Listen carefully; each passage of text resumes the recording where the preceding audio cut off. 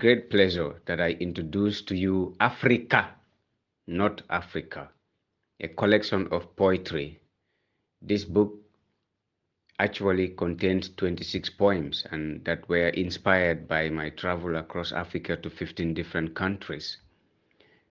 That is the voice of Modou Lamin Sowe Almusaf, a Gambian author and scholar who launched his latest book, Afrika Not Africa, on Saturday, 11th May 2024 at the OIC Conference Center. In a time when many educationists and scholars are cracking their heads to generate interest in reading, Almusaf seems to have cracked the code.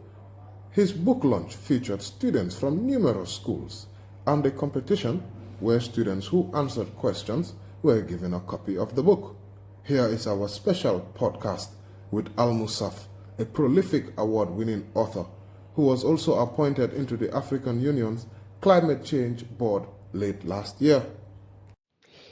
Thank you very much. My name is Modou Lamin Sowe. I am a creative writer and I adopted the pen name Modou Lamin Almusaf. And I was excited to write about a poetry collection which I titled Afrika Not Africa. Because in a world where African voices are often silenced or perhaps misrepresented, I needed to give a shining example of the power of poetry, especially indigenous storytelling, in order to fearlessly confront the complexities of identity, history, and culture in a way that is both insightful and resourceful. So my ability to capture the essence of Africa and its diaspora with such clarity and depth is a testament to my talent as a thinker and as a creative writer. So my words have to breathe life into the struggles, the joys, the triumphs, and of course the sorrows of the African experience. I am inviting my readers to see the continent in a new light. My work is not only a celebration of our shared value, can I say cultural heritage, but also a call to action for a more inclusive and equitable future. Through my poetry, I challenge everyone, all of us, to re-examine our perceptions of Africa and to embrace the complexities of our history with open heads and minds. So therefore, it is with great pleasure that I introduce to you Afrika Not Africa, a collection of poetry. This book actually contains 26 poems and that were inspired by my travel across Africa to 15 different countries. Throughout the book, I have used evocative and thought-provoking poems to invite all of us to explore the nuances and the contradictions of the African experience, challenging stereotypes and misconceptions that often overshadow the rich diversity of our continent. With a blend of humor, wit, and keen observation, I delve into the themes of love, politics, social injustice, and the resilience of the human spirit. Therefore, Africa, not Africa, is a powerful reminder that Africa is not actually the continent of pests and diseases, but a tapestry of cultures, languages, and tradition that deserve to be celebrated and respected. I capture the essence of this multifaceted reality, offering a fresh perspective on what it means to be an African in the 21st century. Therefore, I think it is important for each and every African citizen to understand that the Africa of Kwame Nkrumah, I mean the Africa of our forefathers, is the Africa that is spelled with the K. And I said the K is Africana, and Africana is the language and the culture of the black people. We, the black people, our culture, our languages must be embraced. The white people impose their culture and languages on us as a means of, colonizing us. And in the 21st century, we need to go back to what belongs to us. And as a creative writer, I don't just jump and write stories about love and once upon a time, stories about, the camel and goats and cats and dogs and how they became friends and what happened after their friendship. I write what I see. I write the kind of stories I like to read. So therefore, this collection of 26 poems promotes Pan-Africanism in what Professor P.L.O. Lumumba calls Africa, which belongs to Africans.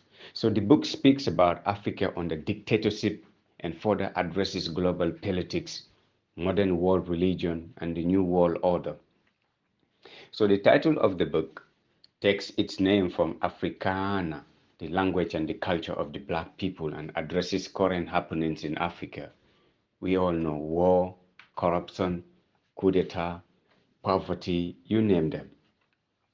So therefore, I think it is important to offer this to my continent. The book also centers on African leaders, poor governance and corruption. I needed to address this as an author by defining the word politics as intellectual deception. Intellectually, we have been deceived and we need to decolonize our hearts and our minds. In the words of Ngugi wa Thiong'o, decolonizing the mind. And I think that book also speaks a lot about similarities. So the similitude of Ngugi's book with mine is that I am trying to redefine our identity because we lost ourselves. The identity crisis in Africa is that we don't know ourselves. We don't know who we are. You see, a lot of things originated from Africa that has been stolen and taken and reclaimed in other parts of the world that belongs to us. We need to know this is the origin of civilization, and we need to know up to now, as I speak to you, the richest human being to walk on this planet is Mansa Musa from Mali. We need to understand that Africa is blessed with natural rain and farmlands and resources and wonderful climate and beaches and countries and mountains and boundaries. Africa is blessed with resources to feed the whole world, and that is why we need to be proud of ourselves and who we are. We need to start rethinking on African mentality and mindsets. We need to go back to the essence of trying to work towards African unity and integration using our languages. Therefore, it is with honor and delight I recommend this book to my readers, particularly young people. You will enjoy reading the book, especially the poem which makes the title of the book Afrika Not Africa. But there are other poems too you're going to love. There are very beautiful poems in the book, such as Love After Heartbreak, notable poems that that will make you laugh and fall in love with poetry.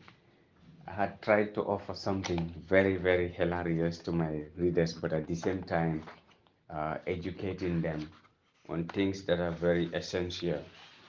For example, in the poem that consists the title of the book, where I said, "When the black candle dies, when the White House flies fly." In these two lines, when the black candle dies, symbolizes the black identity, our identity crisis. We used to be Africans.